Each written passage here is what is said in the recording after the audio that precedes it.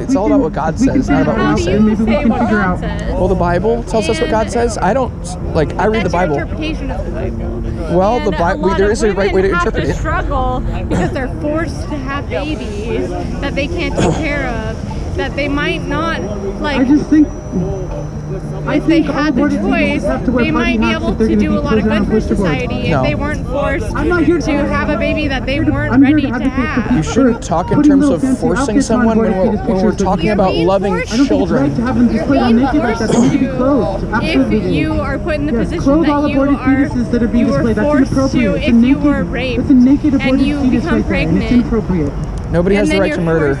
But nobody has the right to rape. Right, I'm not condoning rape. And Rape is evil. So what if someone gets pregnant by rape? That's a child that came into existence ordained by God. And so what about coming that to woman existence that at that was time. raped? That didn't have a choice. She should love the baby And that God has given She her. didn't have a practicality, I feel like choice. ignoring people like this completely. Right, she didn't, like, she was, on her trajectory of her life. she, Like separate from that. She had this trajectory of her life that she envisioned, and then she was forced to have sex with someone against her will. yes, And that's then evil. impregnated. Yes, And so it's her responsibility after that, when she didn't have the choice. it is her responsibility to love the baby because the baby didn't commit the rape, right? No. So don't punish the baby. But this is not about that. This is about It is her about that. choice and her body and her life. So you're taking away her choice and her life because she was forced to be impregnated. That's not fair. It is music charts in the country. a horrible thing that she was raped. At the same time, we need to recognize that human being coming into existence is a good thing. That human being is a new individual that we need to love and respect and not condemn to death. It's not condemning to death if the choice is this fetus or this child. Don't discriminate. Don't discriminate. You're discriminating against this woman that didn't have a choice because of the patriarchy that exists. It's on the woman that was raped, right? It's not on the rapist to raise a baby. It's on the woman that was raped. The rapist should be put to death. So you think a rapist should be put to death? Yes. But you don't think an unborn baby. Unborn baby shouldn't be put to death because the baby didn't commit the rape, right? So why should a rapist be put to death? Because God's law demands it. This is your interpretation of God's law because No, I mean, you can say that nobody should be condemned to death. Well, God condemns certain people to death for certain crimes in the Bible, and it's very clear. It's not just an interpretation. It's not that clear. It is. It's very clear. Yeah, it is. It's right there written down. Nowhere in the Bible does it say you should not abort a fetus. It says, "Thou shalt not murder."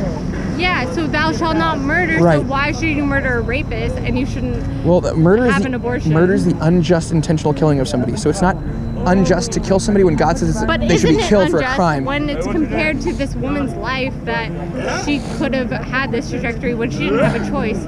If she had to have this baby, had to take care of this baby. No, the Bible does not provide exceptions for the command against murder. It's not just at all. But isn't that an exception to say that a rapist should be murdered? Well, that is in God. No, that's not an exception. It is in God's law that rapists should get the death penalty, and it's not murder to give them the death penalty because murder is the unjust killing. A rapist should be put to death. Yes, it does. Yes. Okay, and it's not justice to kill the baby just because the mom feels bad and doesn't want the baby. The mother should love the baby. What if she's forced? It's forced upon her. That's what I'm saying. It's not. I understand the situation you're talking about, and it's evil. The rape is evil, but abortion is also evil for the same reason. They're both violations of people's bodies. Condemning this woman to deal with this rape her entire life. If she's forced to have a baby that she was forced to have sex, and so then she was forced to have this baby. She could look at it as she could look at the child as a blessing that came out of something evil, right? A new human being to love and care for. to... She doesn't have the means. This was not her plan. This is not fair to her. And she can get help and do whatever she can to help her baby. She can get help. Yes, there is help. I just told you that my mom works for these things, and it's not. There's no help. Well, foster care is a form of help, right? People taking children into their homes is a form of helping them, right? It's not a form of help when it's so messed up and their system is so messed up. Yeah, it is messed up, and people.